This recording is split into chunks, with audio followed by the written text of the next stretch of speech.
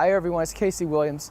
Well, this weekend was Memorial Day weekend, and I knew I was going to have a lot of traveling. I was going to see relatives, see my parents, see my grandma, my uncle, and I just knew I was going to be on the road a lot. So I was thinking I really needed a really nice car. You know, I thought a Bentley Mulsanne would be really nice.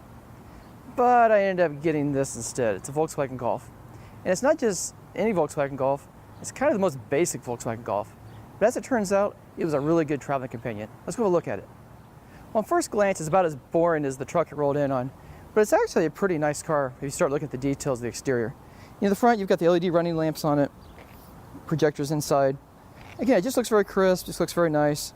To me, it looks kind of upscale and expensive. It's actually pretty aerodynamic too, which you wouldn't necessarily think for a 5-door hatchback. You know, just nice sculpting in the lines. You come around the side, you know, you couldn't miss it for anything but a Volkswagen Golf. It's just that familiar two-box design that's really been the hallmark of the brand since the 1970s. Nothing special about the wheels, 15-inch alloys. It's got the regular tires. Again, really just the basic trim, black window trim. But it does look handsome, and to me, you know, for what the car is, it even looks a little bit expensive. You can tell the same designers who work on the more upscale Volkswagens work on the Golf. It's still a very nice car. Come around the back. LED tail lamps. Down below, it looks like you have twin exhaust outlets, chrome lined. Looks very nice. Doesn't look cheap. Switch is hidden in the logo. And of course, being a Golf, you can put the back seats down. They're 60/40 split fold. Get a bicycle in there, and you guys have plenty of space to do whatever you want to do. We'll pop the hood and things at least start to get a little bit interesting. So the engine's a 1.8 liter turbocharged 4-cylinder. Delivers 170 horsepower and 184 pound-feet of torque. This car is a 5-speed manual transmission. You can get automatic, but we have the manual. And I think that combination works really well. The engine with 184 pounds-feet of torque and a car this size, it's actually pretty peppy off the line. And with the 5-speed manual, you can drive pretty much any speed you want to in the left-hand lane, and the car feels very comfortable. You can tell that it was born and bred for the Autobahn, and even though you're not going to drive those kind of speeds on the U.S. interstates, it's very comfortable any speed you want to drive it. So let's talk about fuel economy. Another benefit of the 5-speed. You get 25 miles per gallon in the city, 34 miles per gallon on the highway. And I did pretty good with it. I did a lot of driving, and I absolutely believe that's the kind of fuel economy I'm getting with it. So again, just a very nice car to drive. The engine's not big, it's not complicated, but it does a very nice job in this car and feels very comfortable on the highway. Well, let's first talk about all the things this car does not have. There's no sunroof, there are no heated leather seats, there's no heated steering wheel, there's no Fender audio system, there's no automatic climate control, and I could probably go down a very long list even beyond that. But that's all right. It's a base car, but it does have everything that you really do need. You know, the seats are nice, they're cloth seats, but again, I spent, about 8 hours on the highway this weekend. Very supportive, very comfortable, very easy to drive. A leather wrapped steering wheel, again, just absolutely perfectly shaped. It's nice. And Volkswagen does a good job of making cheap cars that don't feel cheap. The dash is all padded. This is all plastic, but it's wood grain. Same over on the doors. There's this painted look here on the console and around the steering column, up on the instruments. So the car doesn't come off as feeling cheap at all. The car does have Apple Carplay. I have my phone connected right now. Very easy to go through the music, go through my phone.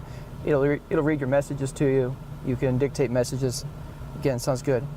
And like I said, this doesn't have the Fender audio system in it, but the bass speakers sounded all right. Again, I spent a lot of time on the highway, listening to my music, and it sounded just fine to me.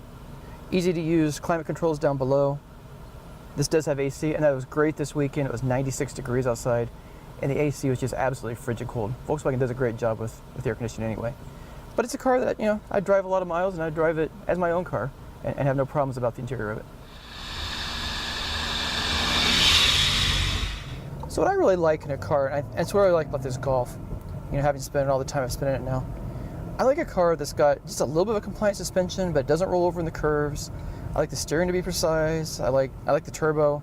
I like to have enough power that if you're cruising, at 70 or something more on the highway, that it feels very comfortable. It doesn't feel like it's strained. I like the brakes where it feels like you step on the brakes and it just deploys the parachutes and pulls it right down.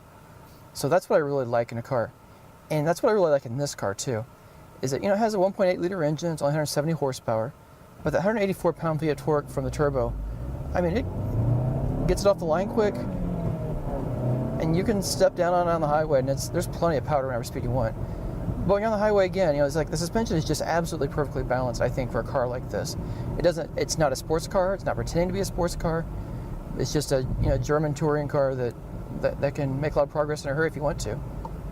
The trip I made this weekend, I did it about the fastest I've ever done it, and did it in this car, so I was really happy about that. The other things you notice when you're on the highway driving the car is it's just simple. The controls are simple.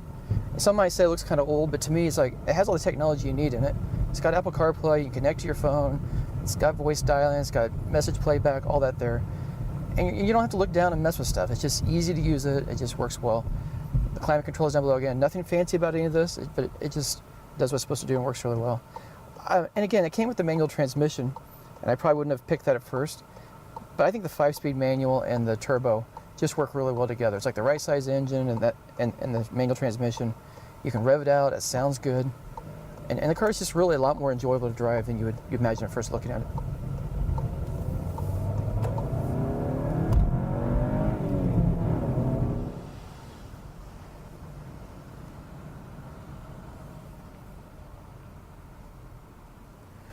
Well, I didn't get the Bentley for Memorial Day holiday, and heck, I didn't even get a Volkswagen Passat for Memorial Day.